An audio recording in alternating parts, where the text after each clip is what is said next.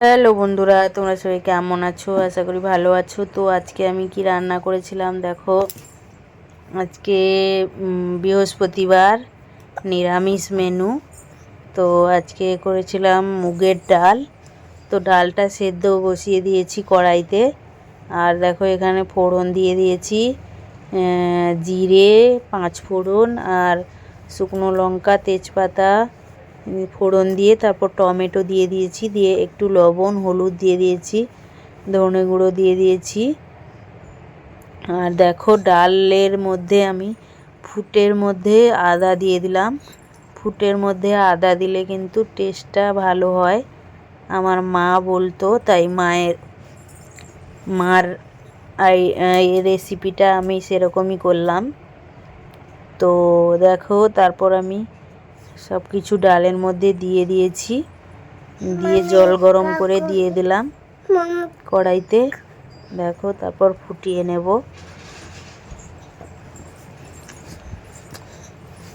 তো তারপর দেখো কুমড়োর ঘন্ট বানাবো।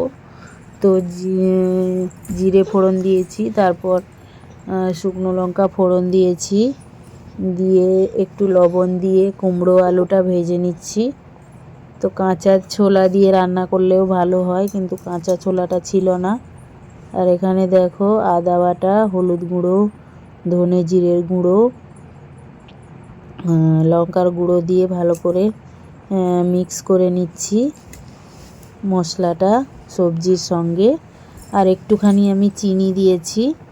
তো নিরামিষ তরকারিতে একটু চিনি দিলে খেতে কিন্তু ভালো লাগে। তো দেখো এখানে আমার ডালটা ফুটছে। ডালটা যত ফোটানো হবে তত কিন্তু খেতে টেস্টি হয়। আর আজকে তোমাদের কি কি রান্না হয়েছে কমেন্ট করে অবশ্যই জানাবে। আর আমার ভিডিওগুলো কেমন লাগে কমেন্ট করে জানাবে। আর যারা আমার পাশে আছো সব সময়, তাদেরকে অনেক অনেক ধন্যবাদ আমার পাশে থাকার জন্য। আর আমিও তোমাদের পাশে থাকবো সব সময়। আর একটু দেখো ক্যাপসিকাম, আলু, বেগুনের চচ্চড়ি একটু করে নিলাম, এমনি সিম্পল ভাজা ভাজা মতো। আর কুমড়ো ঘন্টর মধ্যে একটু জল দিয়ে দিয়েছি, দিয়ে দেখো ফুট চলে এসছে, আর ঢাকনা দিয়ে দিলাম। তো এখানে ডালটা আমার হয়ে গেছে, আর ঘন্টটাও দেখো হয়ে এসছে।